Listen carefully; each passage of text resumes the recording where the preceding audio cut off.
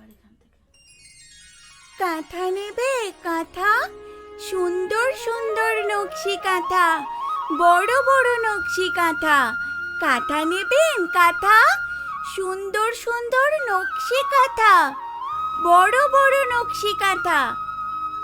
এই মেয়ে, এই এদিকে এসো। হ্যাঁ কাকিমা, বলুন। আপনি কি কাঁথা নিতে চান? হ্যাঁ, তা কি কি ডিজাইনের কাঁথা আছে তোমার কাছে? দেখাও কয়েকটা ডিজাইন। হ্যাঁ হ্যাঁ, আমি আপনাকে এখনই দেখাচ্ছি। এই যে কাকিমা, এটা হচ্ছে রথ কাঁথা। এত সুন্দর ডিজাইন আর এত নিখুঁত কাজ আপনি আর কোথাও খুঁজে পাবেন না। আর এই যে আরেকটা, এটা হচ্ছে সপ্তপদী কাঁথা। আমাদের বিবাহের চিত্র সেগুলো তুলে ধরা হয়েছে। আপনি আপনার মেয়ের বিয়েতে বা অন্য কোনো আত্মীয়র বিয়েতে খুব সহজে উপহার দিতে পারবেন এগুলো। আরে বাহ, এই সপ্তপদী কাঁথাটা তো ভীষণ সুন্দর। কি সুন্দর বউয়ের ছবি আঁকা, একদম লাল টুকটুক বউকে সাজিয়ে রেখেছো। হ্যাঁ গো, এত সুন্দরভাবে কাঁথা কে তৈরি করে? আমি আর আমার মা তৈরি করি। আর কেই বা তৈরি করে দেবে? আমি আর আমার মা ছাড়া আমার পরিবারে আর কেউ নেই। এই কাঁথা বিক্রি করে আমাদের জীবন চলে। বলছি কাকিমা, আরো অনেকগুলো কাঁথা আছে, অনেক সুন্দর সুন্দর ঐতিহ্যবাহী ডিজাইনের। ওগুলো দেখাবো? হ্যাঁ, এই সপ্তপদী কাঁথাটা আমার কাছে দাও, আর কয়েকটা দেখাও দেখি। আমার কাছে যা ছিল তোমায় সবকটাই দেখালাম গো। তোমার কোনটা পছন্দ?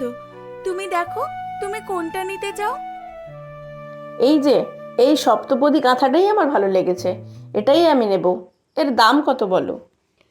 এটার দাম মাত্র 2000 টাকা। 2000 টাকা? কি বলছো? তোমার কি মাথার ঠিক আছে? 2000 টাকা দেওয়ার মতো এমন কি আছে এর মধ্যে? কাকিমা, এই কাঁথাগুলো সেলাই করতে অনেক সময় লাগে আর অনেক কষ্টও হয়, অনেক বেশি পরিশ্রম করতে হয়। 2000 টাকার কি আছে যদি বলো, তাহলে আমি তো বলবো এটার মধ্যে তুমি 2000 টাকার মতো কিছুই খুঁজে পাবে না। দেখা যাবে এর মধ্যে 10 থেকে 15 হাজার টাকার জিনিস খুঁজে বের করতে হবে।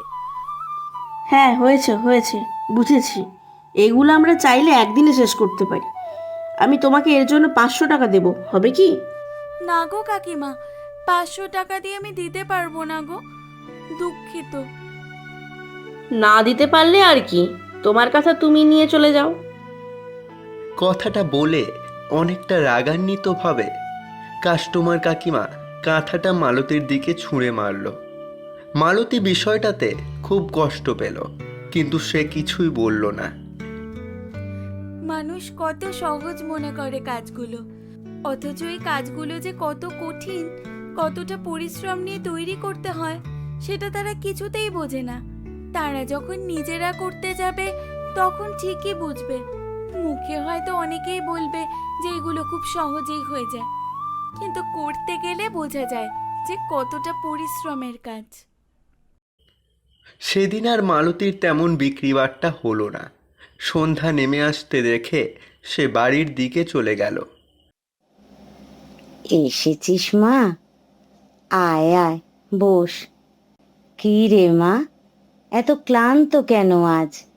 কি হয়েছে?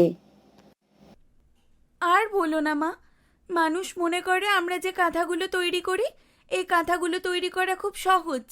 বুঝতেই চায় না কতটা কষ্ট, কতটা পরিশ্রম করে আমরা এই নকশি কাঁথাগুলো তৈরি করি। আর বলে কি না, কাঁথার দাম দেবে মাত্র 500 টাকা। একটা লোক যখন মাটি কাটে তখন আমরা তাকে দেখে মনে করি এটার এমন কি কঠিন কাজ, খুব সহজ কাজ, সবাই করতে পারে।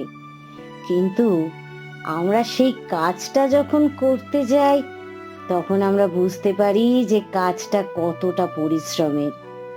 ঠিক তেমনি আমাদের কাজগুলো মানুষ দেখে মনে করে যে কাজটা সহজ, কিন্তু তারা যখন করতে যাবে তখন ঠিকই বুঝতে পারবে কাজটা কতটা কঠিন। তুই রাগ করিস না মা, এগুলো নিয়ে মন খারাপ করতে নেই।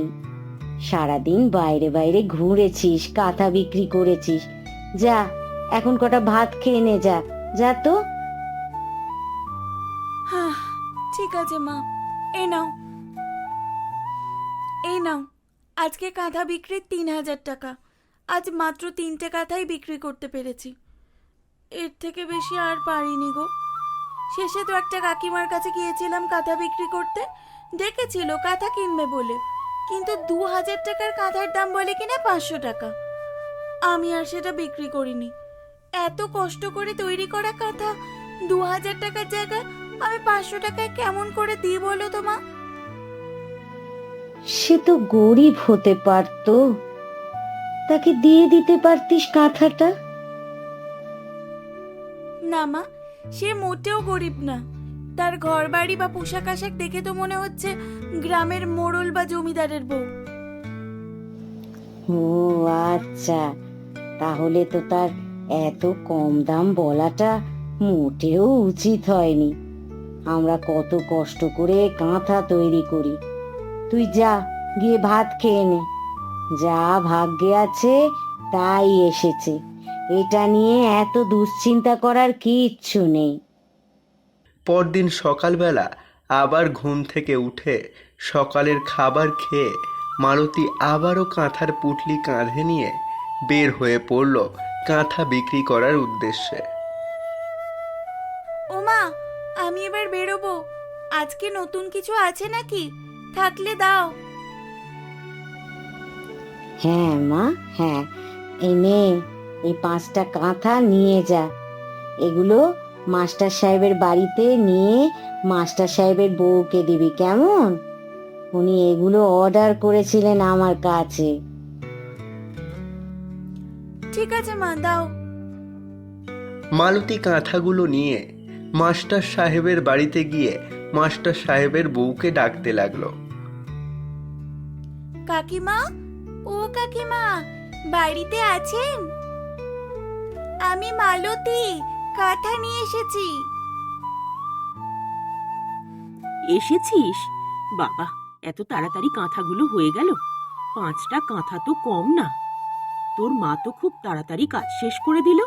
কই দেখি কাঁথাগুলো দে তো। হ্যাঁ, এই যে, এই নিন কাঁথাগুলো। 5টা কাঁথাই আছে, গুনে নিন। বাবা মালতী, প্রতিটা কাঁথা এত সুন্দর হয়েছে যে আমি বলে বোঝাতে পারবো না। তুই জানিস আমি কেন কাঁথাগুলো বানাতে দিয়েছিলাম? কেন আর? হয়তো নিজে ব্যবহার করবেন, তাই বানাতে দিয়েছেন। না রে বোকা মেয়ে, না। আমার নিজের জন্য বানাতে দিইনি এগুলো। আমি মাস্টার মশাইয়ের স্কুলে আসা এক বিদেশি ব্যবসায়ীর জন্য বানাতে দিয়েছিলাম। তিনি এই দেশ থেকে আমাদের দেশীয় পণ্য নিয়ে নিজের দেশে বিক্রি করবেন চড়া দামে।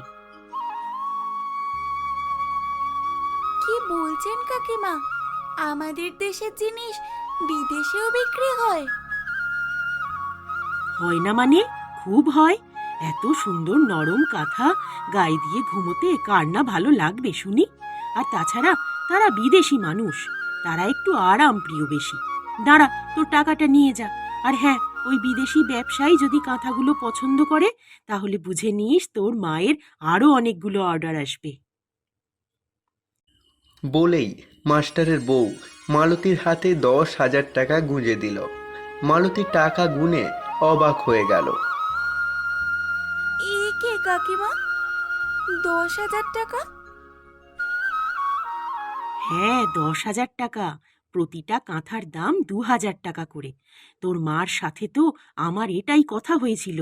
কেন রে, টাকা কি কম হয়েছে?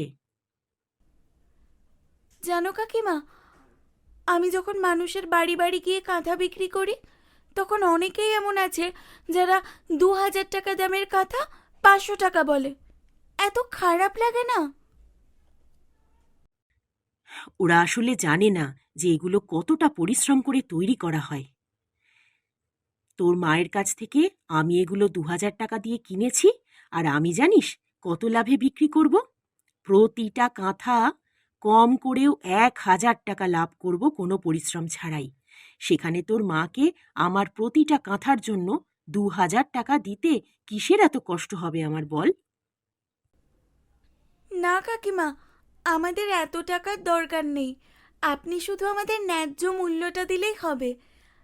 আর বাকিটা আপনি যত ইচ্ছে তত দামে বিক্রি করুন, আমাদের তাতে কোনো সমস্যা নেই।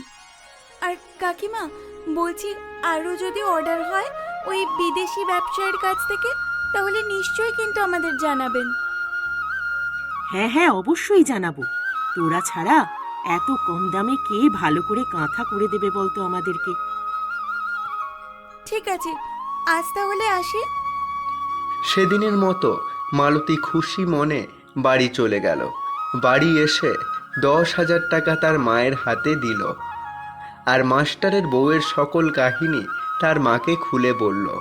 এরপর থেকে মালতীকে আর বাড়ি বাড়ি গিয়ে কাঁথা বিক্রি করতে হয় না।